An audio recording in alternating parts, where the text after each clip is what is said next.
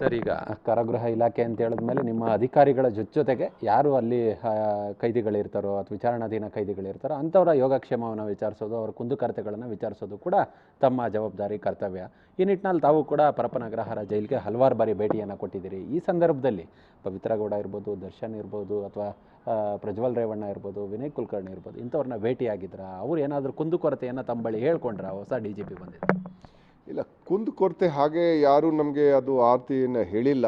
ಬೇರೆ ಕೈದಿಗಳು ನಮಗೆ ಹೇಳಿದ್ದಾರೆ. ಅವ್ರಿಗೆ ಕೆಲವು ಜನ ಅವರು ಹೇಳಿದರು, ಇಲ್ಲ ನಮ್ಮದು ಕೇಸ್ದು ಹಿಯರಿಂಗ್ ಸರಿಯಾಗಿ ಆಗ್ತಾ ಇಲ್ಲ. ಸೊ ನಾವು ಅವ್ರಿಗೆ ನೋಡೋಕ್ಕೆ ಹೇಳಿದ್ವಿ, ಯಾಕೆ ಇದು. ಕೆಲವು ಜನ ಪೆರೋಲ್ ಬಗ್ಗೆ ಮಾತಾಡಿದ್ದಾರೆ.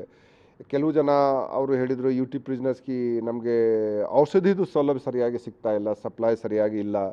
ಸೊ ಇದರ ಬಗ್ಗೆ ನಾವು ಬೇರೆ ಬೇರೆ ಎಲ್ಲೆಲ್ಲಿ ಮಾತಾಡಬೇಕು, ಎಲ್ಲೆಲ್ಲಿ ಕರೆಸ್ಪಾಂಡೆನ್ಸ್ ಮಾಡಬೇಕು ನಾವು ಮಾಡಿದ್ದೀವಿ. ಈಗ ಔಷಧಿ ಬಗ್ಗೆ ಕೂಡ ನಾನು ಪ್ರಿನ್ಸಿಪಲ್ ಸೆಕ್ರೆಟರಿ ಅವ್ರ ಜೊತೆಗೆ ಮಾತಾಡಿದ್ದೇನೆ. ಅವರಿಗೆ ಪತ್ರ ಕೂಡ ನಾವು ಬರೆದಿದ್ದೀವಿ. ಮತ್ತು ಹೈಕೋರ್ಟ್ ಮಾನ್ಯ ಉಚ್ಚ ನ್ಯಾಯಾಲಯದೊಂದು ಕಮಿಟಿ ಇದೆ, ಆ ಕಮಿಟಿ ಸಮಕ್ಷದಲ್ಲಿ ಕೂಡ ನಾವು ಹೇಳಿದ್ದೀವಿ.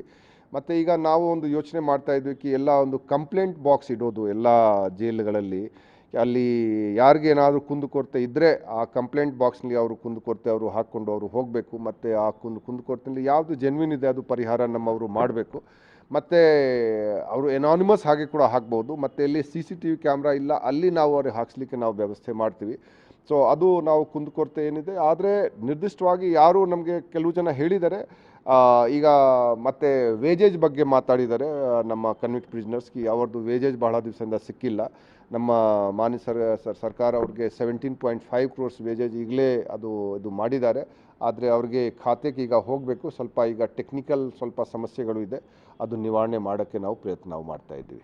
ಸರ್, ಹೊರಗಡೆ ಒಂದು ತಾಟಿದೆ ಸರ್. ಸಾಮಾನ್ಯವಾಗಿ ಅಪರಾಧ ಕೃತ್ಯಗಳಲ್ಲಿ ಭಾಗಿಯಾಗ್ತಕ್ಕಂಥವ್ರು ಅವರು ಮಾತನಾಡ್ಕೊಳ್ತಿರೋ ವಿಚಾರ ಏನಂತ ಹೇಳಿದ್ರೆ, ಸದ್ಯಕ್ಕೆ ಯಾವುದು ಏನು ಕ್ರೈಮ್ ಮಾಡೋದು ಬೇಡ, ಜೈಲಿಗೆ ಅಲೋಕ್ ಕುಮಾರ್ DGP ಒಳಗಡೆ ಎಲ್ಲ ಒಂದು ರೀತಿ ಸ್ಟ್ರಿಕ್ಟ್ ಮಾಡಿಬಿಟ್ಟವ್ರೆ ಅನ್ನೋ ನಿಟ್ಟಿನಲ್ಲಿ ತಮಗೆ ಈ ವಿಚಾರ ಹೇಗೆ ಅನಿಸ್ತಿದೆ ಅಂತೇಳಿ. ಅಂದರೆ ಯಾರು ಕೂಡ ಈಗ ಅಪರಾಧ ಕೃತ್ಯಗಳನ್ನು ಎಸಗಿ ಜೈಲಿಗೆ ಬರೋದಕ್ಕೆ ರೆಡಿ ಇಲ್ಲ. ಅಂದರೆ ಅವ್ರಿಗೆ ಹೊರಗಡೆಗೆ ಫೋನ್ ಮಾಡೋಕ್ಕೆ ಅವಕಾಶ ಇರಲ್ಲ, ಅಥವಾ ಅವ್ರಿಗೆ ತಾವೇ ಹೇಳ್ದಂತೆ ಅಡುಗೆ ಮಾಡ್ಕೊಳ್ಳೋದಕ್ಕೆ ಅವಕಾಶ ಇಲ್ಲ.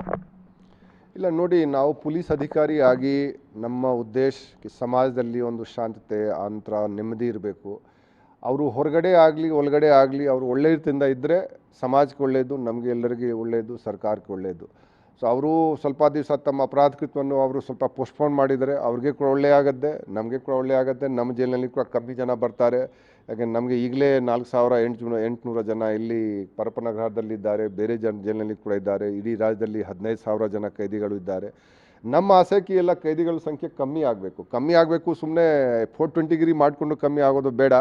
ಅವರು ಒಳ್ಳೆ ಪ್ರಜೆ ಆಗಬೇಕು. ಮತ್ತು ಹೊರಗಡೆ ಇರೋರು ಇನ್ನೂ ಅವರು ಯಾವ ಅಪರಾಧಕ್ಕೆ ಹೋಗಬಾರ್ದು. ಅದು ಆಗಿದರೆ ಸ್ವಲ್ಪ ನಮ್ಮ ಜೈಲಿಗೆ ನಮಗೆ ಕೂಡ ಸ್ವಲ್ಪ ಕಮ್ಮಿ ಕೆಲಸ ಆಗುತ್ತೆ. ಆ ಒಂದು ನಾವು ಉದ್ದೇಶ ಇಟ್ಕೊಂಡಿದ್ವಿ. ಮತ್ತು ನಿಜವಾಗಿ ನಾವು ಜೈಲು ಒಳಗಡೆ ಏನಿದೆ ಅಲ್ಲಿ ನಾವು ಅಕ್ರಮಗಳು ಅದು ಇದಕ್ಕೆ ನಾವು ಗೊತ್ತಿದ್ದರೆ ನಾವು ನಡೆಸಲಿಕ್ಕೆ ನಾವು ಆಸ್ಪತ್ರೆ ಕೊಡೋದಿಲ್ಲ.